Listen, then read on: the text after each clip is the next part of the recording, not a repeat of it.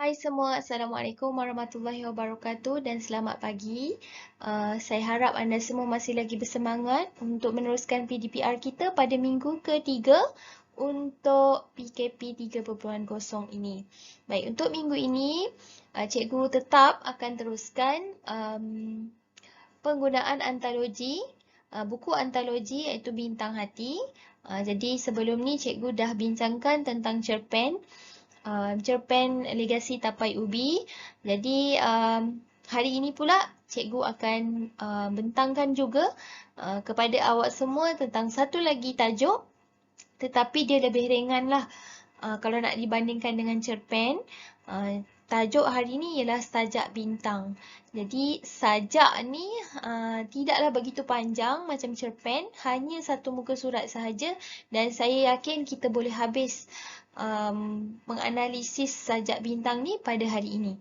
Baik, saya percaya bintang itu semua orang kenal dan macam mana bentuk bintang semua orang tahu.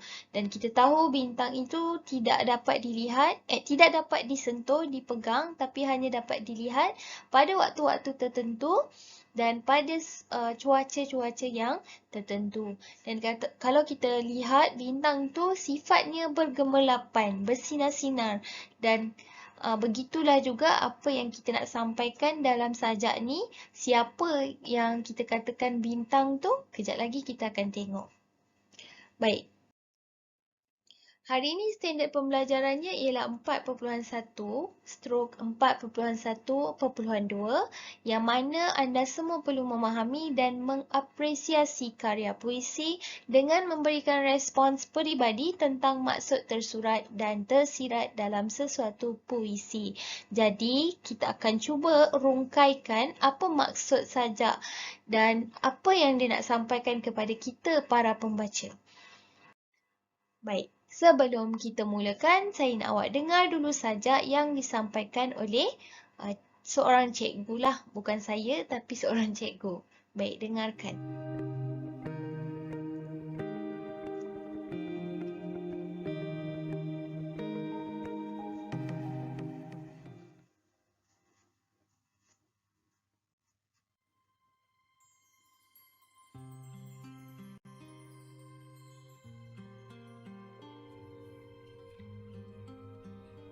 Suatu malam, aku duduk di halaman rumah.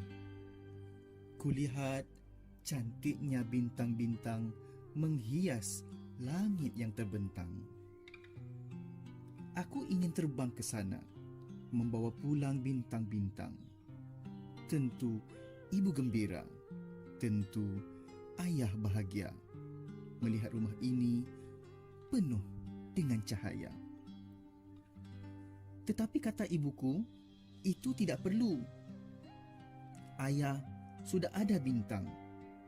Begitu juga ibu. Rumah sudah bercahaya. Begitu juga jiwa mereka. Bintang itu adalah aku. Bintang hati, ayah dan ibu.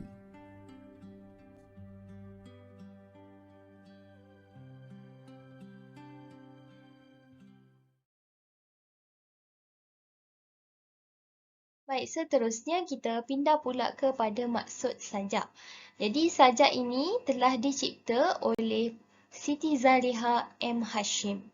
Baik, kalau kita lihat apa yang saya berikan pada awak semua ni dalam bentuk jadual. Di sebelah kirinya ialah sajak bintang, di sebelahnya ialah maksud. Dan kalau kita lihat sajaknya tak panjang pun, hanya ada 2 perenggan. Perenggan pertama ada 10 baris, perenggan kedua ada 8 baris. Baik, kita tengok sajak bintang rangkap yang pertama. Suatu malam aku duduk di halaman rumah, kulihat cantiknya bintang-bintang menghias langit yang terbentang. Aku ingin terbang ke sana membawa pulang bintang-bintang. Tentu ibu ayah gembira, tentu ayah bahagia melihat rumah ini penuh dengan cahaya. Jadi, kita tengok di sini bahasa yang digunakan ialah bahasa yang mudah. Tidaklah sukar untuk kita fahami sebenarnya. Baik, maksudnya apa? Pada satu malam, penyajak ni duduk di halaman rumah sambil melihat kilauan bintang-bintang di langit. Penyajak ingin terbang ke sana. Dia berangan untuk terbang ke atas dan mengutip bintang-bintang tu untuk dibawa pulang ke rumah agar cahaya bintang itu dapat menghias rumah dia dan menggembirakan ibu dan membahagiakan ayah dia. Jadi dia beranganlah sambil-sambil dia tengok bintang di langit. Baik, perenggan kedua. Tetapi kata ibu, itu tidak perlu. Ayah sudah ada bintang. Begitu juga ibu. Rumah sudah bercahaya. Begitu juga jiwa mereka. Bintang itu adalah aku. Bintang hati ayah dan ibu. Jadi, maksud untuk perenggan kedua, ibu penyajak ni tidak bersetuju dengan tindakan penyajak yang ingin membawa bintang itu. Kerana ibu dan ayah penyajak meluahkan bahawa penyajak inilah merupakan bintang hati yang menerangi hidup dan jiwa mereka. Jadi dekat sini sebenarnya ibu dan ayahnya tak nak pun yang lain, tak nak benda-benda lain, tak nak harta benda apa semua, tak ada. Sebabnya bagi mereka bintang hati untuk mereka tu ialah anak mereka sendiri, iaitu penyajak. Jadi mudah je sebenarnya untuk memahami maksud sajak ni ya. Baik, seterusnya kita pergi kepada tema dan ciri-ciri sajak. Jadi macam yang saya dah cakap sebelum ni, tema untuk sesuatu prosa memang ada satu je. Dan kali ini tema yang diketengahkan ialah kasih sayang yang utuh antara anak dengan ibu bapanya. Apa maksud utuh? Utuh ni maksudnya erat lah, sangat kuat hubungan kasih sayang antara anak dan ibu bapa. Seterusnya, ciri-ciri dan bentuk sajak. Okey, dalam soalan peperiksaan boleh ditanya soalan ini dan sangat popular soalan ciri-ciri dan bentuk sajak. Baik, yang saya tandakan mata tu, yang belah kiri tu, yang warna orange tu, paling senang kita nak hafal. Paling senang kita nak ingat bila kita menyatakan ciri-ciri dan bentuk sajak. Yang pertama, kita lihat dulu rangkap dia. Ada berapa rangkap? Tak kira lah sajak ke, syair ke, puisi ke. Kalau dia tanya ciri dan bentuk sajak, perkara pertama awak tengoklah berapa banyak rangkap yang dia ada. Dan dalam sajak ni hanya ada 2 rangkap. Jadi itu ciri yang pertama. Yang kedua, kita lihat bilangan baris pula. Dan yang jelas kita nampak depan mata. Baik, yang ni dinyatakan rangkap pertama ada 10 baris, rangkap kedua ada 8 baris. Senang je kan? Jadi yang pertama tengok rangkap, yang kedua tengok baris. Yang ketiga, bilangan perkataan. 3 hingga 5 patah kata sebaris. Baik, jadi kalau kita nak bagi lagi, kita bagi pula bilangan perkataan. Seterusnya, nombor 4 terdiri daripada 6 hingga 10 suku kata. Yang ini jaranglah murid berikan jawapan ni sebab dia dah mendalam sikit.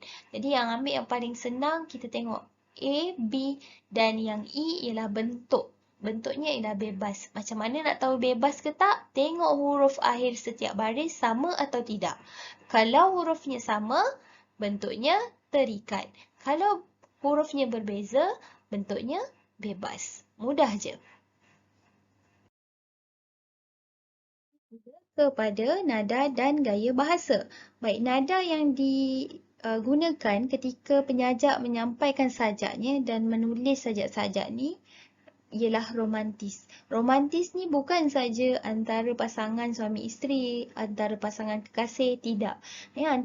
Hubungan antara ibu bapa dan anak-anak pun ada hubungan yang romantis. Maknanya penuh dengan kasih sayang, kelembutan, sentuhan dan kebahagiaan. Baik, seterusnya ialah gaya bahasa. Baik, gaya bahasa ni pula cikgu bagi 3 je, tak payah banyak-banyak lah. Nak ingat, dan yang ini yang paling mudah untuk kita ingat. Yang pertama ialah kata ganda. Macam mana kita nak kenal kata ganda? Kata ganda, okay? Tengok perkataan yang ada tanda sempang. Baik, yang ini cikgu tak akan tunjuk. Awak perlu cari sendiri kata ganda yang ada dalam sajak bintang ni. Dan nyatakan rangkap serta baris keberapa. Baik, kemudian yang kedua ialah asonansi, perulangan huruf vokal. Jadi huruf vokal kita ada A, E, I, O dan U. Jadi dalam sajak tu ada 10 hingga 10 dan 8 baris tu, awak cari mana satu baris yang ada perulangan huruf vokal.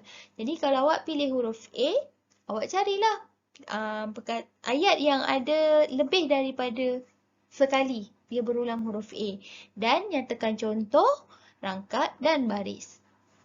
Yang ketiga ialah aliterasi, iaitu perulangan huruf konsonan. Huruf konsonan ni huruf apa? Huruf yang selain daripada huruf vokal. Ada banyak, ada huruf B, C, D, F, G dan sampai Z tu. Pilih salah satu dan cari ada tak yang berulang. Kalau 2 kali pun dah kira berulang. Berikan contoh, rangkap dan baris. Yang ini cikgu dah pernah ajar. Jadi saya tak tunjukkan lah. Okey. Baik. Seterusnya, persoalan nilai dan pengajaran. Baik. Persoalan nilai dan pengajaran ni cikgu bagi sama dalam satu jadual sebabnya kita boleh jadikan dia sebagai isi yang sama. Sama macam cerpen sebelum ni lah cikgu dah pernah ajar. Daripada nilai kita boleh keluarkan persoalan, boleh keluarkan pengajaran dia. Baik, kat sini nombor 1, kasih sayang yang mendalam sesama ahli keluarga. Jadi kata kunci di sini ialah kasih sayang. Jadi nilainya apa dekat sini? Okey, awak fikir dan cuba jawab dulu, nanti cikgu akan berikan jawapan. Baik, pengajarannya ialah kita mestilah mengamalkan kasih sayang dalam kalangan ahli keluarga. Jawab pengajaran mesti ada perkataan kita mestilah. Dan kata kuncinya kasih sayang. Baik, jadi nilainya apa? Cuba jawab. Baik, yang kedua, pengorbanan dan jasa ibu bapa yang tiada nilainya. Nilainya ialah mengenang jasa. Ada perkataan jasa. Sini pun ada perkataan jasa dekat nilai. Kemudian pengajaran, kita hendaklah mengenang. Ada salah eja kat sini ya. Mengenang jasa ibu dan bapa yang banyak berbudi kepada kita. Baik, yang ketiga, persoalan. Okay, saya tinggalkan persoalan. Tapi ada bagi hint dekat sini tanggungjawab. Pengajarannya kita hendaklah bertanggungjawab, membahagiakan dan menggembirakan hati ibu bapa pada setiap masa. Jadi persoalannya apa? Tanggungjawab, membahagiakan dan menggembirakan hati ibu bapa. Ambil je daripada pengajaran ni. Boleh, tak ada masalah. Tapi kita buanglah perkataan kita hendaklah tu. Tak boleh ada kita hendaklah dekat persoalan. Okey, saya dah bagi jawapan ni, nombor 3. Baik, nombor 4. Kebahagiaan ibu bapa terhadap anak-anak yang taat dan bertanggungjawab. Jadi nilai yang diberikan ialah ketaatan. Jadi apa pengajarannya? Boleh fikirkan dan cuba jawab. Baik, seterusnya ini ialah tugasan. Salin nota slide nombor 5, 6 dan 7. Yang tadi tu yang ada tempat-tempat kosong tu. Kemudian lengkapkan bahagian yang dikosongkan. Baik, kemudian tambah pula soalan kebat. Pada pendapat anda, mengapakah kita harus menghormati dan mentaati kedua ibu bapa? Berikan 2 jawapan lengkap mengikut teknik yang betul. Okey, ini soalan kebat. Jadi awak perlu beri sedikit penerangan. Kenapa kita perlu taat ataupun hormat ibu bapa kita? Beri 2 jawapan lengkap. Okay, biasanya soalan kebat ni membawa 4 markah. Jadi jawablah sebaiknya. Baik. Kemudian, macam biasalah ambil gambar dan hantarkan kepada guru mata pelajaran masing-masing melalui WhatsApp individu. Yang ni semuanya ditulis dalam buku latihan awak. Boleh? Baiklah, sebagai kesimpulan untuk pembelajaran kita pada hari ini, sebenarnya sajak ini berkisarkan tentang kasih sayang antara anak dan juga kedua ibu bapa. Yang mana kita sebagai anak perlulah menghormati, menyayangi dan menyumbangkan bakti kepada mereka selagi mereka masih bernyawa. Kerana mereka lah yang telah melahirkan dan membesar kita sehingga kita menjadi siapa diri kita sekarang. Jadi kepada mereka yang sudah tiada ibu bapa, sentiasalah berdoa dan sentiasalah mendoakan mereka supaya mereka ditempatkan dalam golongan orang-orang yang beriman. Jangan lupa walau sesaat pun jasa mereka. Baik, saya akhiri dengan serangkap pantun.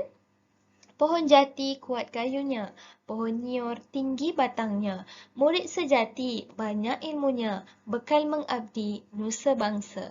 Sekian, terima kasih. Bye. Assalamualaikum.